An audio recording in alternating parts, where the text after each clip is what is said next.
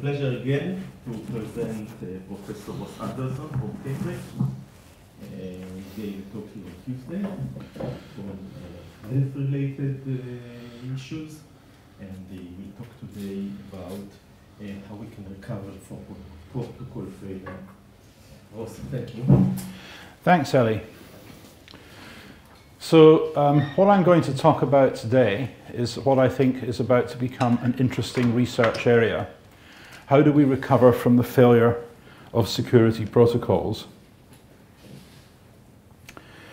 Now, protocols are the core of security. They're the glue that holds together the cryptography and the access control. They're where the mathematics meets the metal, or if you like, where the rubber hits the road.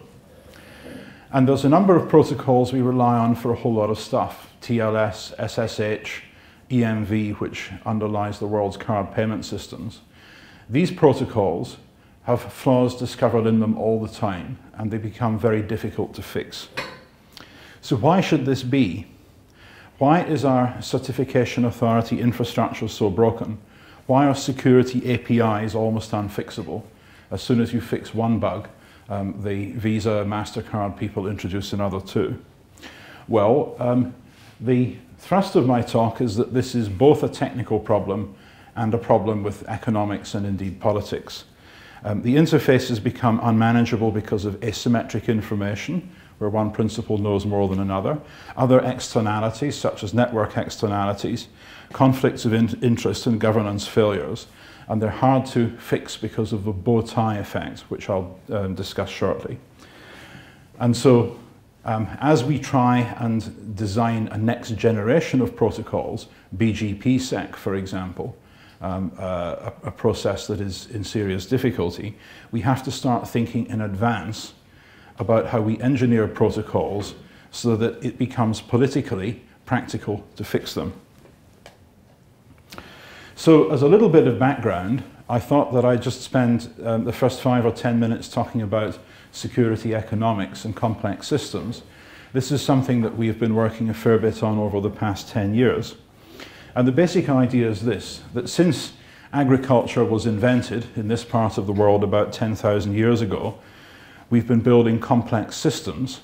And to begin with, these complex systems were things like armies, civil services, religions, industries and markets.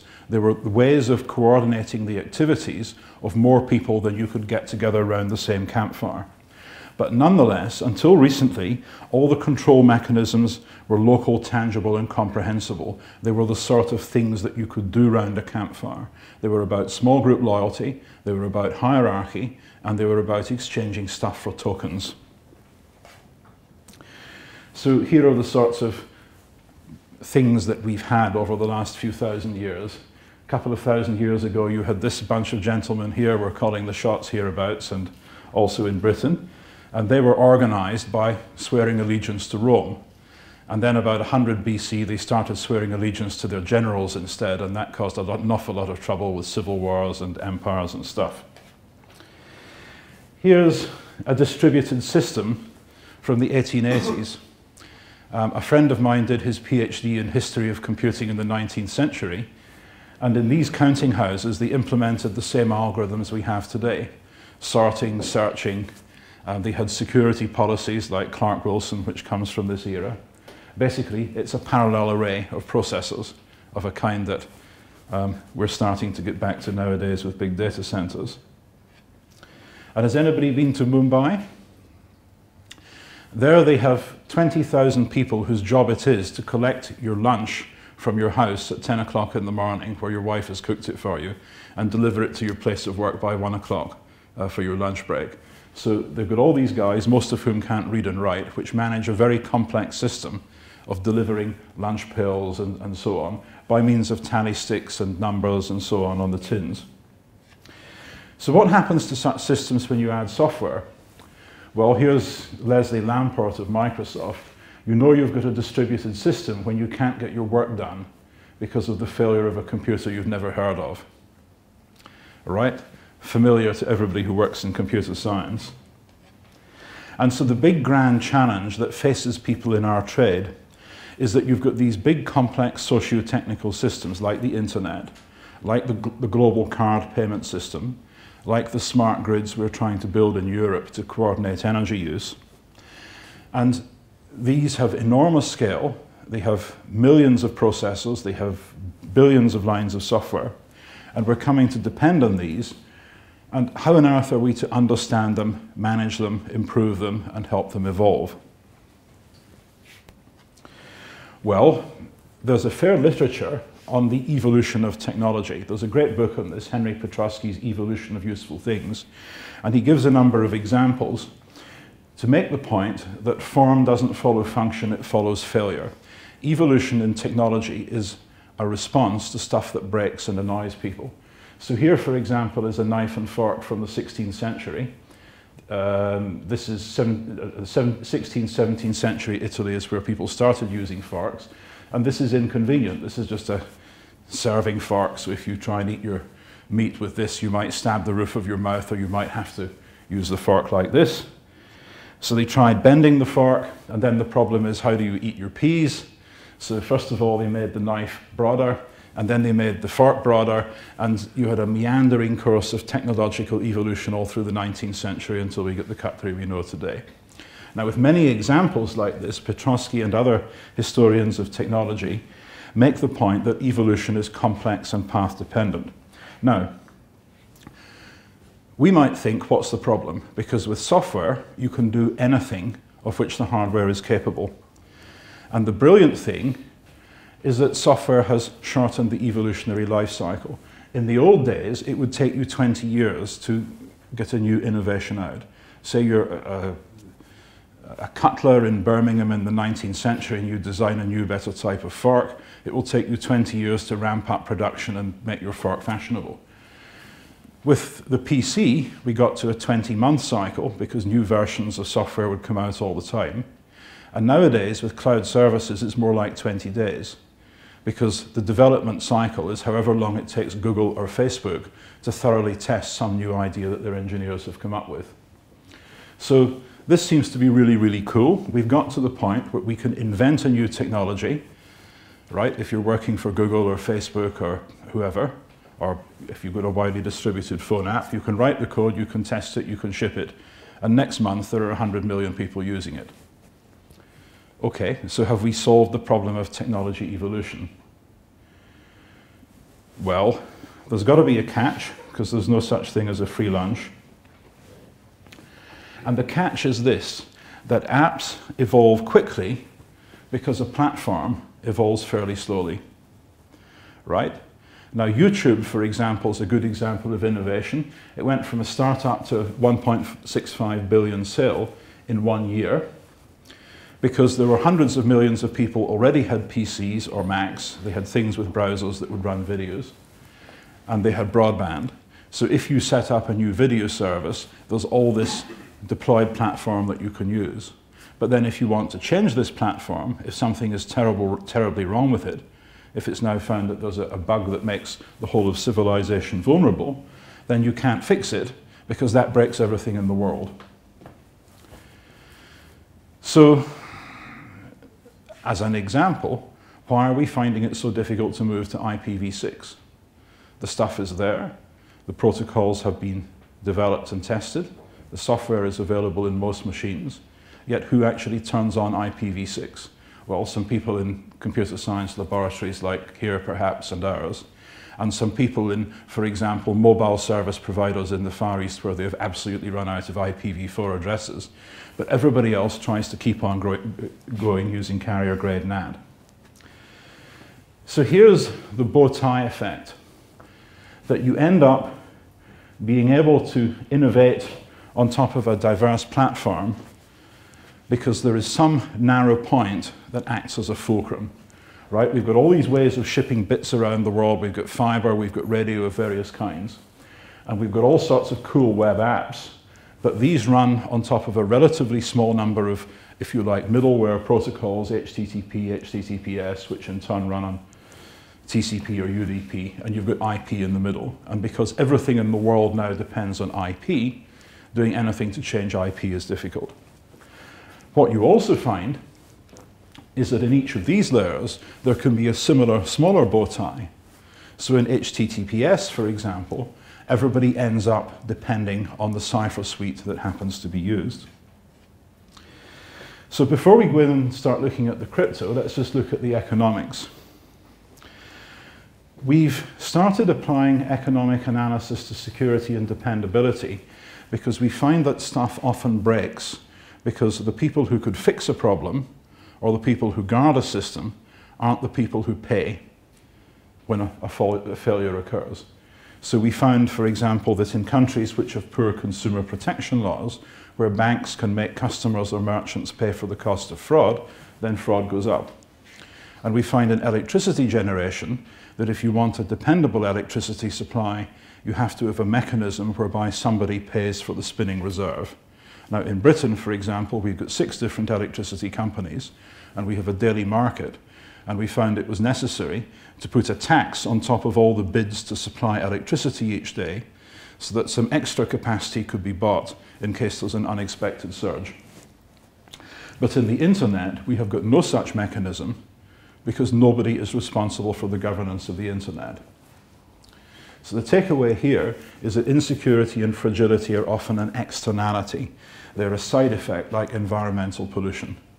So if you connect an insecure PC to the internet, it's kind of the same as burning a coal fire or a wood fire in your house, right? You're producing smoke, CO2, ash, and so on that has effects on other people. And similarly, if you have an insecure PC in your house, then it may be recruited to a botnet and cause trouble for other people. So we can bring across ideas from environmental economics into security. And one of the big things that we've learned in IT platform economics is that in our industry, there's a great tendency to monopoly, right? You get IBM running the world for decades, then you get Microsoft, and now you have Google and Facebook and so on in slightly different niches. So why does this happen? Well, there are 3 things that make IT markets different from the market for coal or for potatoes. The first is that you get network effects. The more people use a technology, like email in the 1990s or before that fax in the 1980s, the more valuable it is to everybody who uses it. And so suddenly you get a takeoff point where everybody has to use it. You also get network effects in platforms. So for example, in the big fight between Windows and Mac, for many years, lots and lots of people went with Windows. Why? Because software developers mostly develop for Windows, right? Therefore, there's more software for Windows, therefore more people buy Windows PCs. And this is an example of a 2-sided market. Another example is in payment systems. If I want to invent a new type of credit card, then I must first recruit millions of merchants worldwide, and then it's worthwhile for billions of customers to accept my credit card. But when you have got a 2-sided market, you can have a failure of competition, you know, even if nobody is conspiring to actually rig things. The second is that you've got low marginal costs because with old-fashioned technologies of hundreds of years ago, the cost of making each item was about the same if a craftsman made it with simple hand tools. When you have big factories, the capital cost becomes higher and the marginal cost becomes lower. And with information goods, the capital cost is almost everything. All the cost of a new version of Windows is the cost of writing the software, right? It's the cost of the first copy of Windows version 8. And everything else is a copying cost, which is a fraction of a cent. And in economics, where you've price competition, that will drive the price down to 0. This is why Wikipedia is free, and there's so much free stuff on the internet. Free is the fair price for information goods where there's competition. And the third is that you've got technical lock-in, the fact that the value of a platform is equal, in theory, to the total lock-in of all the users. Right? Because if I have a law firm and I have 50 people using Windows and I have spent $500 on each of them to buy them, Windows and Office, then the cost of moving that firm to OpenOffice and Linux is on average at the margin about $25,000. Because if it was cheaper, then everybody would move, and if it was more expensive, then Microsoft would put its prices up. So pricing is all about lock-in. Low marginal costs tend to drive the price to 0 where there's competition. and you've got two-sided markets. Now, these effects together lead to dominant firm markets where the winner takes all. Now on to cryptography. I started thinking about these issues when I heard a talk given by Eric Rescarla at Indocrypt 2011. The title of his talk was Stone Knives and Bearskins. He says, why are we still using Ice Age technology in TLS? Why are we still using things like RC4 and RSA when we've got all this much more modern stuff? We've got elliptic curve crypto systems.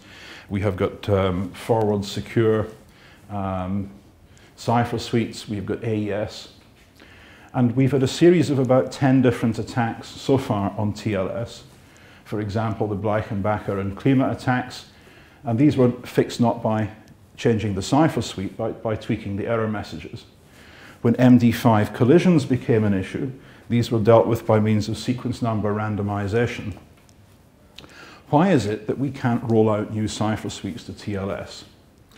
Well, this actually comes down to the economic problem that you have a two-sided market, right?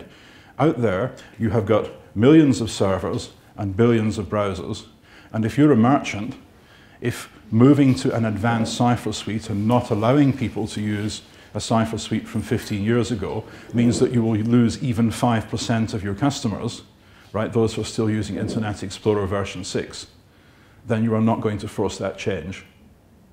And so long as everybody else is using RC4 and the banks don't insist that anybody use anything better, then the average merchant simply doesn't care. And so we end up, because of the economics, almost unable to upgrade cipher suites in TLS. And hey, you know, AES has been out for 13 years now. How come it's still not available on 35% of internet servers? So one lesson from this is that if you're going to be able to recover from protocol failures, then you need somebody who's in a position to do the change, who also has got an incentive to do the change. And if you've got a two-sided market, then you may have to think in terms of what sort of changes can be done on a one-sided basis. So let's look at another example now and see if we can get some more data points. Payment systems. I don't know to what extent you've got EMV in Israel yet. I suppose they're starting, no? EMV is Europay, MasterCard, Visa. This is a system that we have in Europe, Australia, Canada, and starting in the USA, whereby you get a smart card chip in your debit card or credit card. Are these issued here yet? Okay, right, so we know what we're talking about. And this was introduced more quickly in the UK than almost anywhere else, where the rollout was from 2003 to 2005. And the banks thought that they had a really cool way of dealing with fraud, because not only are the cards technically more difficult to clone than magnetic strip cards, but they managed to persuade the government back in 1999 to let them change the liability rules unilaterally on all the merchants.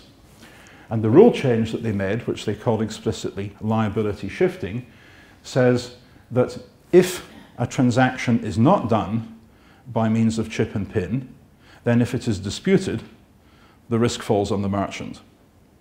Now, if the transaction was done with chip and pin, the bank will tell the customer, sorry, our system is secure, so it must have been your fault. So isn't this brilliant from the bank's point of view? The fraud is no longer for the bank's account. If a PIN was used, it's the cardholder's fault, and if a PIN was not used, then it's the merchant's fault.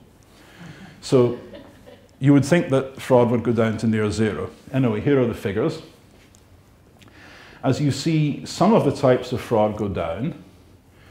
Some go down and then up, counterfeits, I'll talk about that in a minute.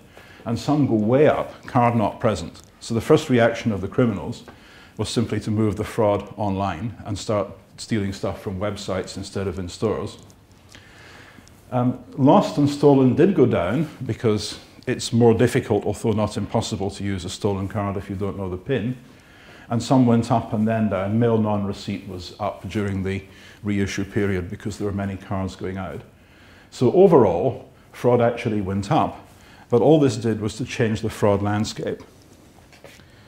So what sort of system failures have we seen? Well, in 2008, we saw a number of frauds where people had put bogus equipment into a payment terminal in order to steal card details. We had a fraud where over 200 people had their details stolen from a petrol station near Cambridge.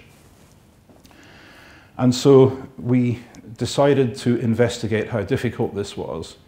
Now, the banks said that the terminals were very, very difficult to tap and that they were evaluated under the common criteria, and it would cost you at least $25,000 per terminal to put in a wiretap. So we went on eBay and we bought half a dozen terminals, and I gave them to my research students who pulled them to pieces. And they found that in the most common terminal in Britain, if you drill through just here, and this little place here is a convenient hole in the back of the terminal where you can put your evil electronics, then a contact here will go on the serial link, which takes the card data from the card to the pin pad, and which takes the pin in the other direction. So you then have all the data that you need to make a magstripe forgery of the card. And so we did our usual responsible disclosure thing to the banks. We pointed this out in late 2007. And we then went to GCHQ and we said, look, the banks say that these pin entry devices are evaluated under the common criteria. They're easy to attack. Please tell us who did the evaluation. And then that lab should lose its license to do common criteria evaluations. GCHQ says, nothing to do with us, Squire. This is not a common criteria certification. We've never seen the test report. Oh, so we went to Visa and we said, GCHQ say that this wasn't in fact certified under the common criteria, but your website seems to say otherwise. Oh no, said Visa, we only claim that it's common criteria evaluated. We didn't do a full certification because to do that we'd have to publish a test report and that would break security. Okay, so we then go back to GCHQ and we say, guys, these people are passing off your trademark, right? They're destroying the value of your brand common criteria. So you should put a DMCA notice on them and get them to take down their website. Oh no, said GCHQ, we could never do anything to annoy the banks. Right? So you basically have a governance failure whereby terminals are pretended to be secure when they aren't. And nobody has got an incentive to fix that even to this day. Now, when we came out with this in public in February 2008, the Banks Trade Association, APAC, said this isn't a problem because the average criminal isn't as clever as a Cambridge research student, and so they won't be able to exploit this. But at that very time, there were two guys called Khan, two brothers, Pakistani guys from Britain, who were in fact doing this. And so what they had done was they went to Dubai and they found the warehouse where these terminals stop en route from the factory in China to distribution in Britain and the Netherlands. And they maybe give somebody some money or whatever, and they got access to the warehouse. And they started putting evil electronics in all these pin entry devices.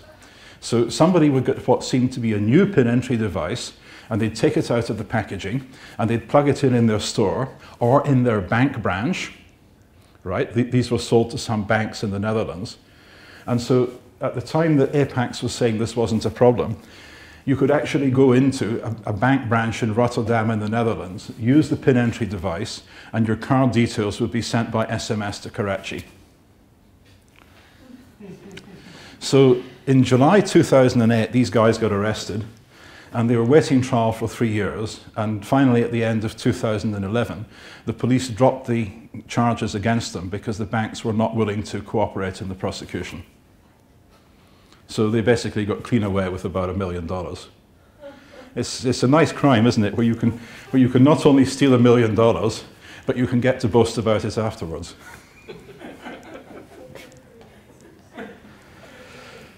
So hey, here's the next case. They will make you move your one.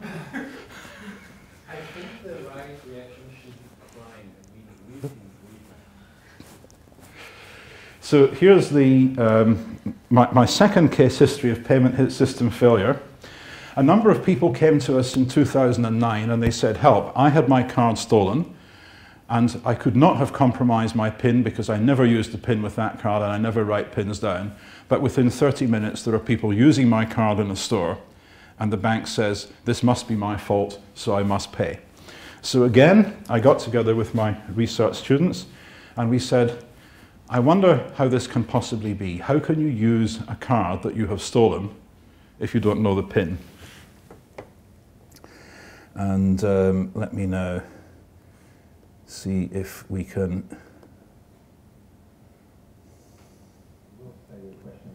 Most of the buildings talk about payments in a high-street shop by keying out PIN. It's easy, it's fast, and in most cases it works. But structural under the surface, and there are persistent reports of people who say they've been subject to fraud of one kind or another on their credit card or their debit card. Now a team of computer scientists at Cambridge University has found a flaw in the chip of PIN so serious they think the video is working. The system needs a rewrite. Science editor Susan Moore.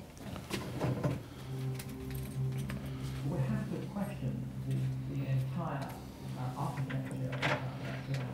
It really is time for a close look to attention to this area.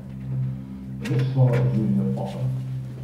Well, we think this is one of the biggest flaws that we've ever uncovered, that has ever been uncovered in business 25 years. This is a flaw on a system that's used by hundreds of millions of people, by tens of thousands of So how does the attack work?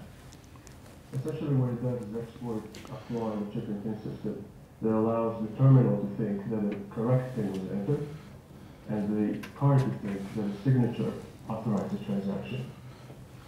So at the end, the receipt says verified by PIN, the bank is going to think that the PIN was entered correctly, but the criminal actually did not know the PIN.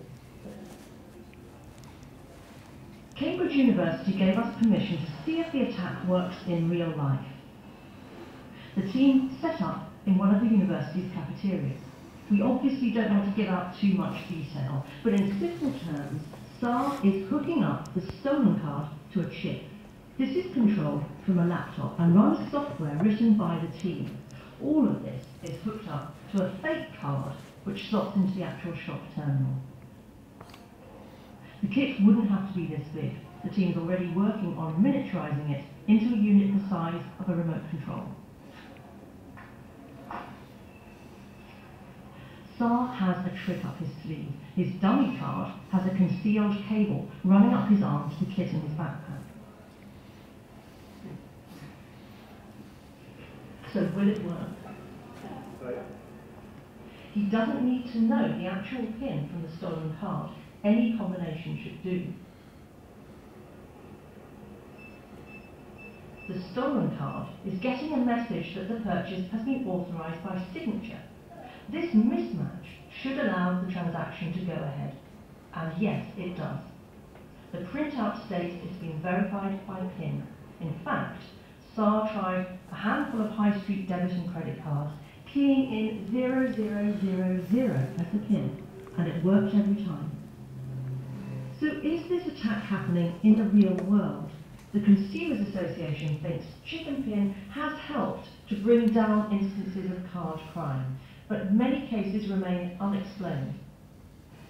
It's very difficult to quantify exactly how big this problem is. What we do know from our investigations is that, say, around 14% of consumers on a representative basis will have said that they have suffered some kind of financial loss, which they believe is through fraud. The percentage of that which is actually from this type of potential problem with chip and PIN is something that's a lot less clear. What we do know is that we do have cases that are brought forward from individuals which seem quite persuasive. We understand that behind the scenes, some of the banks are already working on fixing this flaw, but they obviously haven't all fixed it yet, because the banks didn't alert any of us to the purchases we made using the Cambridge attack, our cards, and a PIN 0000.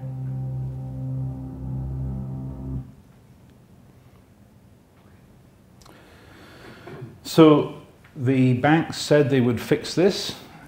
what they did in practice is that there's only one UK bank has so far fixed it, that's HSBC. And an interesting thing is that HSBC has got almost no merchants. They're purely, almost entirely a card issuing bank, whereas the two banks who issue most of the terminals to merchants haven't bothered to fix it. I think because if you turn on strict checking, this causes lots of false alarms and it annoys your merchant customers. So there's some subtle economics going on here as well. And the bank's response was to demand that one of our student theses be taken down because it had too much information on how these things could be done.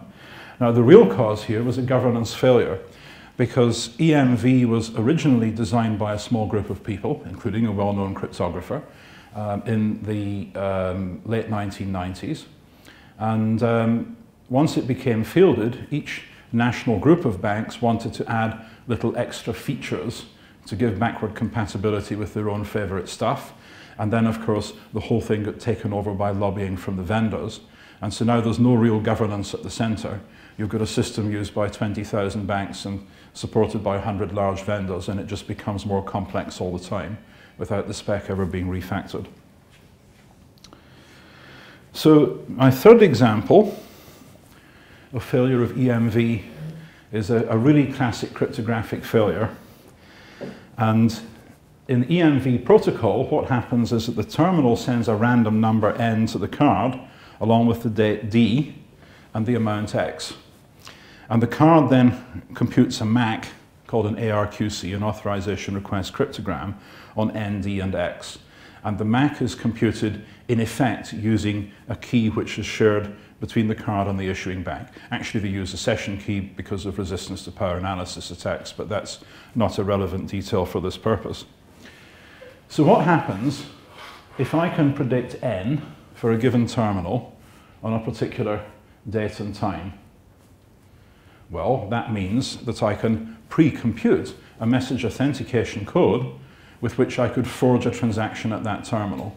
So if I'm a mafiosi who owns a shop, and you come to me with your card, and I know that there is a bad ATM, you know, down in Jerusalem, or even over the water in Larnaca, and I can compute, if I can predict the random number that that will use at 2 o'clock the day after tomorrow, I can then get your card to compute a message authentication code that will work. So it's really, really important that the random number be random. But this isn't exactly made clear in the specification. So the story starts when somebody came to us as a guy from Malta who was a customer of HSBC, and he went on holiday to Mallorca, and he used his card in a dodgy restaurant, and very shortly afterwards there were a number of ATM transactions made against his card at a nearby ATM. And he came to us after the bank refused to give him his money back, and he said, well, help, what can we do? So we said, go to the bank and demand the logs, and we'll look at the logs and see if anything comes up. And so HSBC gave him the logs, and here are the random numbers: F124, 6004, F124, 1354, F124, 4328. And we say, now hang on a minute. It rather looks like n is a 17-bit constant followed by a 15-bit counter that cycles every 3 minutes. So we thought, you know, let's just go and do some field testing and see how common this form of implementation actually is. So we've got a hardware lab, and one of the things that we did was to go out and buy 3 ATMs on eBay. Right? Believe it or not, you can buy an ATM second-hand on eBay for about £100. So we went and bid, and we bought these ATMs, and they said, yeah, come down to our warehouse and get them. And so I got the van and Mike Bond, and we drove down to East London, and these two very suspicious people had this warehouse full of old ATMs, old fruit machines, gambling machines, and so on. These guys looked like they were Al-Qaeda people from Central Casting, you know. So we handed over the money, and we loaded the ATMs into the van, and we took them back and disassembled them and started looking at the software. And my colleague Sergei Skorobogatov is a genius with microelectronics, and he designed some add-on circuitry to go in a smart card, which contains basically a microcontroller and a memory chip, and you know, 1 or 2 discrete components for voltage stabilization and so on. And this has the feature that you have got this inserted into a card, a proper live card, in a slot that you have milled so that the card is still thin enough to go into an ATM. So this means that we can go to an ATM and make 10 balance inquiry transactions followed by a cash withdrawal.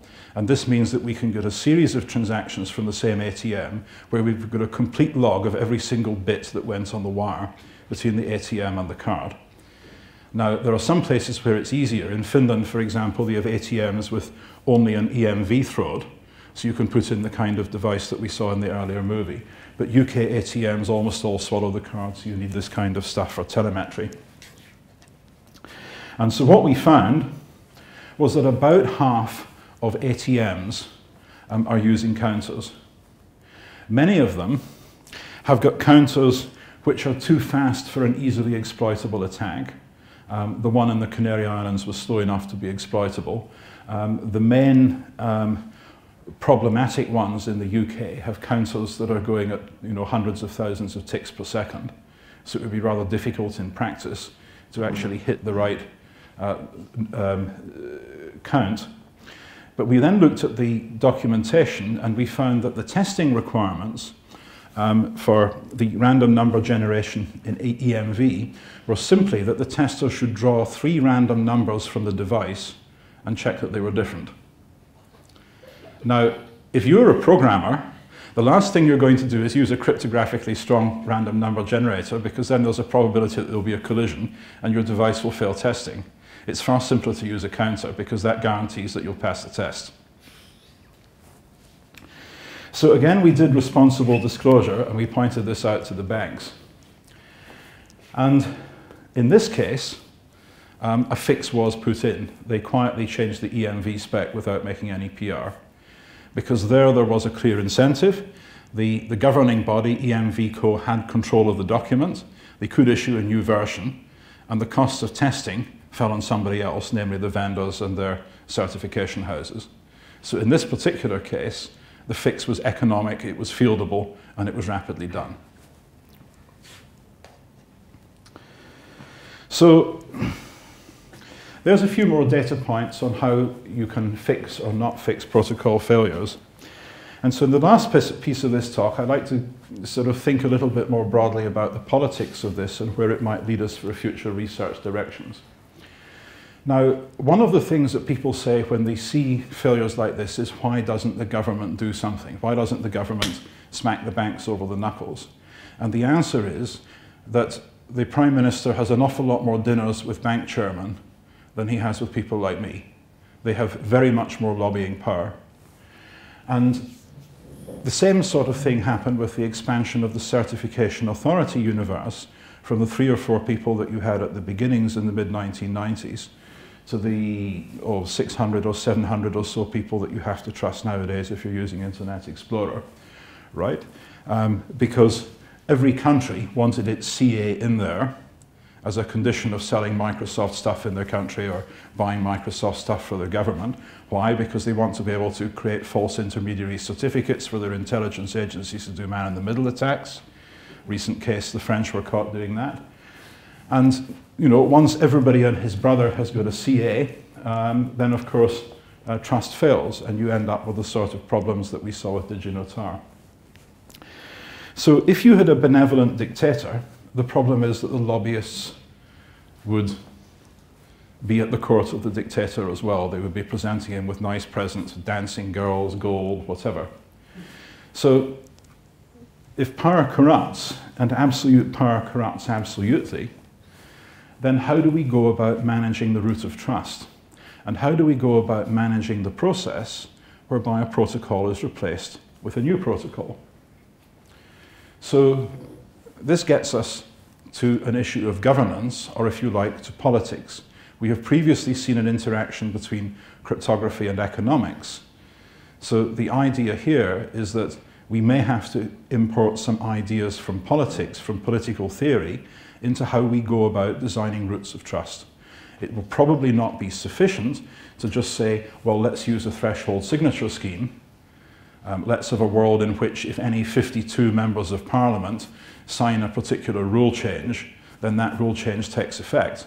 Because then you have to think behind that about the mechanisms that lie behind parliament, about the other mechanisms one has in a constitution such as a Supreme Court. So it might be amusing to look at how various stages in political evolution might correspond to various stages in the evolution of the internet. Now, back when we were just inventing agriculture, we had chiefdoms. The strongest guy basically beat all the other families into submission. And that's maybe a little bit like the early ARPANET, where you've got local sysadmins registering users. And then, of course, out of chiefdoms emerge kingdoms, especially once you get expensive capital works like irrigation. Right? Then chiefdoms are not stable enough. You need to be able to harvest the effort of lots of people to dig the irrigation canals. And so you get proprietary email systems like Prestel or AOL, which had no interface to other systems. And if you got an AOL account, that was it up until 1995. You could only speak to other AOL people. Just like as a citizen of ancient Nineveh, you were not supposed to speak to citizens of Rome, or you'd get your head cut off. What about Confucian? Well, if you believe that the good life comes from stability, from hierarchy and loyalty and personal relationships, you could perhaps think of certain Silicon Valley firms which try and organize themselves in this way. Early democracy, Italian cities in the 12th century, ancient Greece, bulletin boards, multi-user dungeons and so on.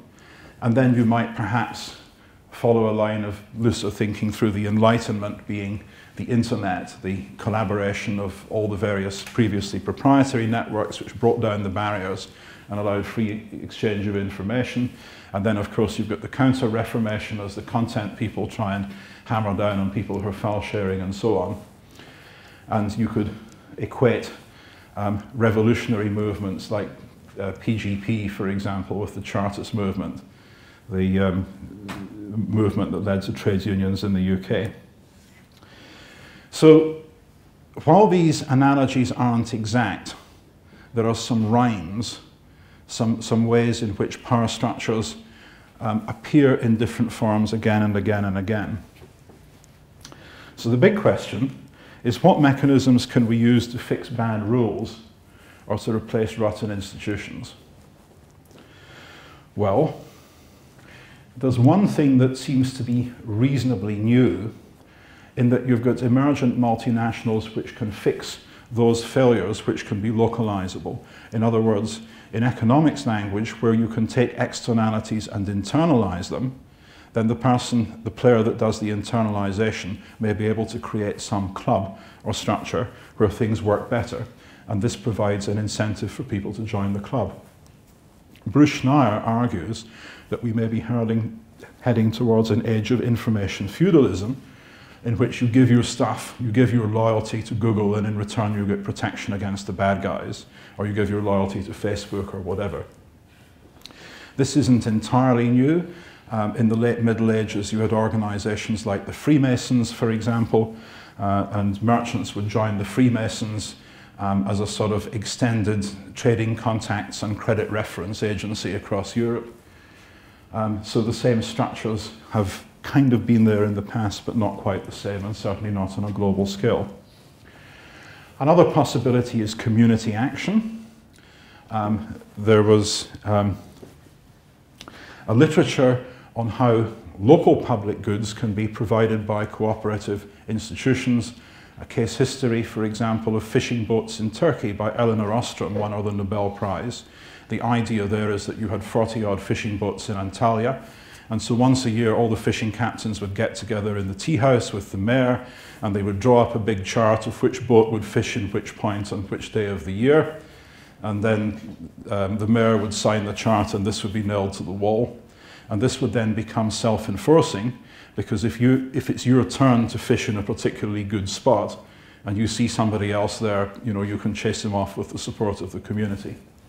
Now, this used to be how ISPs ran stuff, but it's now breaking down because instead of having 20 large tier 1 providers who basically run the internet between them and meet up at Nanog, you now have got 2 or 3 very large players, level 3 for example, who are beginning to exercise real power. And of course there's the issue of nation states. Nation states are trying to reinvent themselves for online. And so what's the next round of protocol evolution? Well, a number of people are talking about DNSSEC providing a backstop to TLS, and perhaps even managing keys for future protocols such as BGPSEC. Now, the advantage from nation states' point of view is that if DNSSEC becomes in effect the root of trust on the internet, then every nation state can manage its root of trust the way it likes. So Israel can do its thing, Iran can do its thing, Germany can do its thing.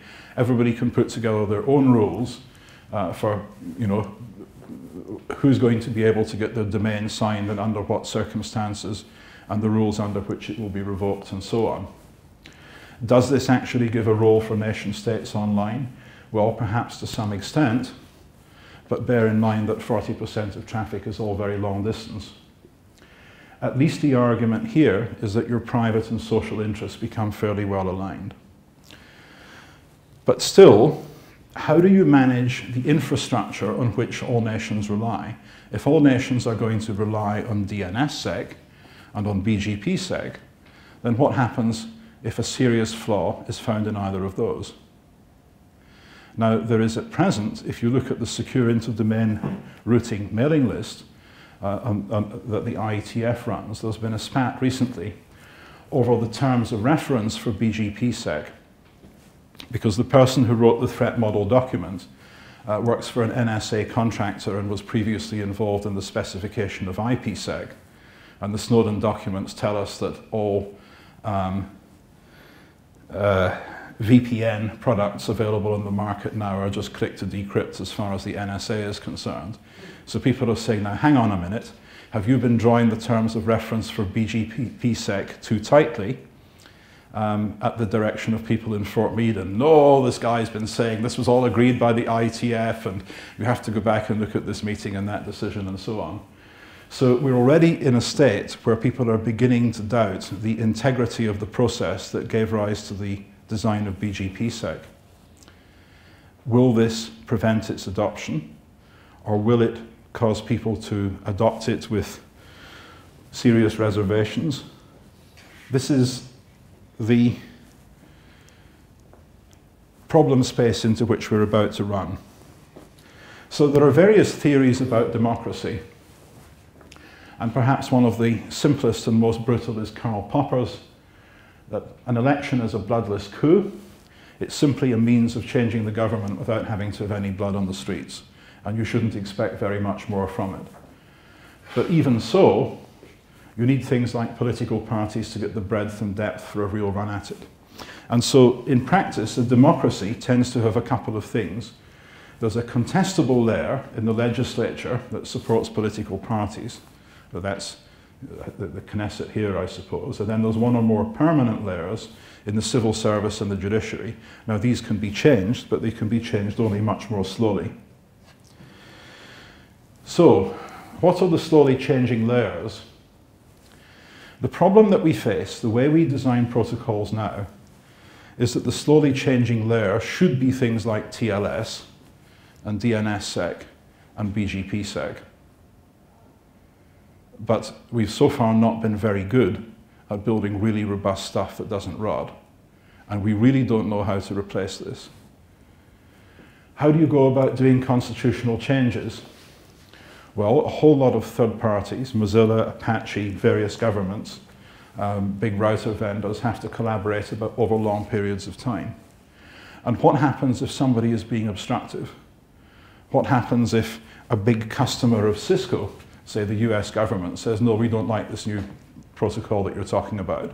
Or another big customer of Cisco, the Chinese government, says, no, we don't like this new protocol. Then where do you go?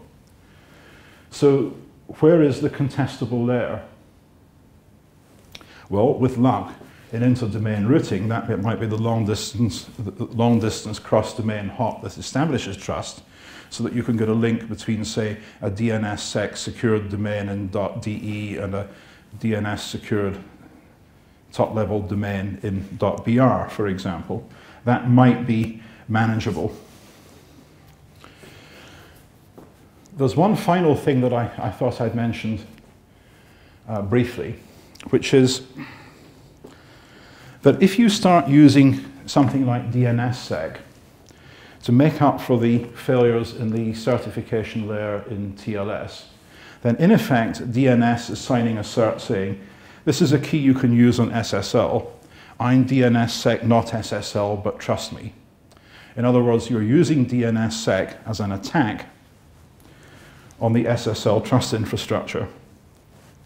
And similarly, if you decide that you don't trust what the Americans are doing with BGPsec, then you might, for example, decide to use DNSSEC certs issued by .il to certify those ranges of IP addresses that are allocated to ASs here.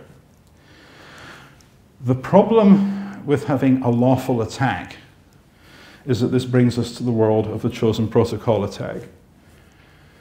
So this is something that Bruce Schneier came up with about a dozen years ago. And the idea is that if you had a protocol like SET, where the banks would get customers to sign transactions, then there's an attack whereby the mafia gets you to sign a random challenge to prove your age to go to an adult site. Okay? So a guy goes to a site and he gets excited and says, picture 143 please, and the mafia then says to the bank, buy 10 gold coins. The bank says, sign X.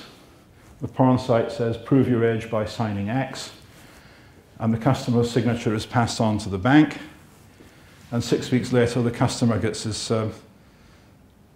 bank statement and finds that $10,000 have gone missing.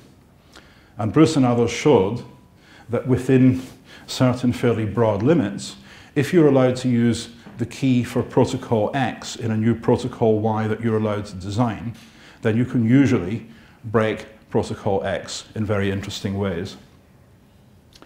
And there's an example that I will skip through at lightning speed because we're getting short of time, where this has come out in the payment systems world. In Germany, if you try and buy, for example, a plane ticket with KLM from Hamburg to Amsterdam, we tried this a year ago and here's the trace here.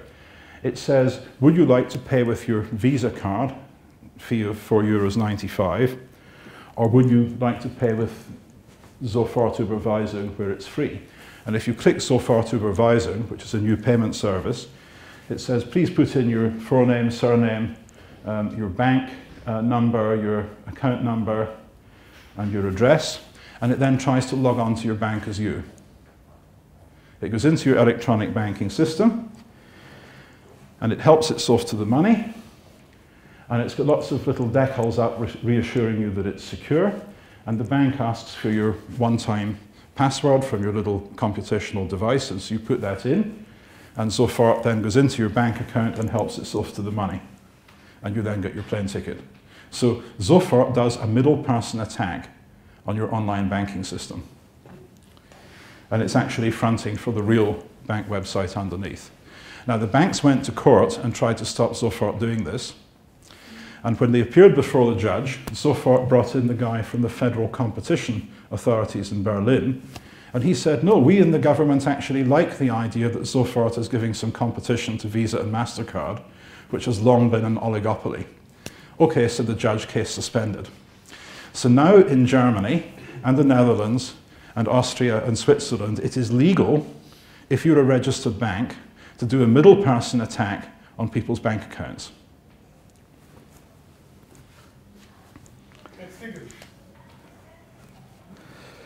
So, to contest a polity with ballots rather than bullets, here's the takeaway point. You need a loyal opposition. And to contest a protocol, you similarly need a loyal attacker. Who assesses the attacker's loyalty? Now, in Germany, it was the court. In DNSSEC, it may be nation states. And so what this makes me think is this. In the 1990s, we had a long fight over key escrow. Would governments be able to order us to give extra copies of our confidentiality keys to somebody who would hand them over to the intelligence services if demanded? And that was eventually seen off, sort of, although we know the intelligence services have been kind of doing this ever since. Can we turn the whole concept round and figure out some means of escrowing the root of trust, both in terms of the choice of protocol that's used and the cryptographic key material that's used, in such a way that it incorporates the wisdom that we have got about how you design democracies and constitutions? In other words, is it possible to make root of trust designs that are not just threshold schemes, but are resistance against people who are being active and malicious in trying to prevent a fault being repaired? Now, we've got some computer science literature in this direction, the literature, for example, on Byzantine fault tolerance. But I suspect that the challenge is going to be broader than that, because what we're basically trying to do is to create the digital basis of a constitution, which you can think of as a set of moving wheels that move at different speeds, but such that any one of them can eventually be replaced if it turns out to be not fit for purpose, given the assent of a sufficient majority or plurality of the affected people. And linked with this is how can we create security architectures so that when a protocol fails, there's a group of stakeholders with both the means and the motive to change it. Now, would such solutions be authoritarian or democratic? I suspect that to be sustainable in the long term, such structures have to be democratic, because if they're authoritarian, if they're run by the king, then of course the powerful interests will go to the court and they will lobby, and we'll see the kind of failures that we've seen with banking protocols and elsewhere. So here I think is a really interesting challenge, or a set of linked challenges. How do you design cryptographic trust structures that are resilient against the kind of threats that we experience against protocols in the real world? So that's my challenge for you. Any questions?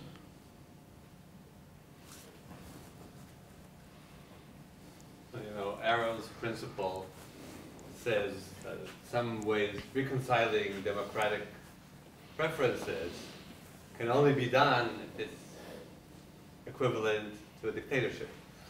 So yes, that's doing it democratically is a great ideal, but it's going to be, of course, a huge challenge. Yeah, I had a postdoc think about that for 6 months. The Arrow theorem is one of the things that I think cryptography research students should be aware of in the future.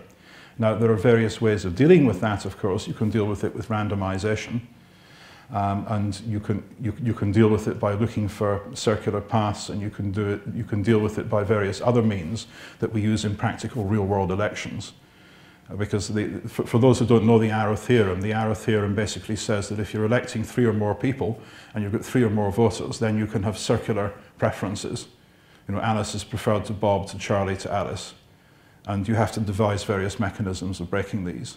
So yes, it is a design constraint, but not necessarily a fatal one. Yes? The early slides you showed about the economics, you said Wikipedia is free because of, I didn't get the message, but I think it's because of its ads, no? It's not like Google gives ads, that's their revenue comes from, no? No, Wikipedia gets its revenue from voluntary donations. The point about services being free is that where anybody else can contest you on price, then online the market clearing price will be 0.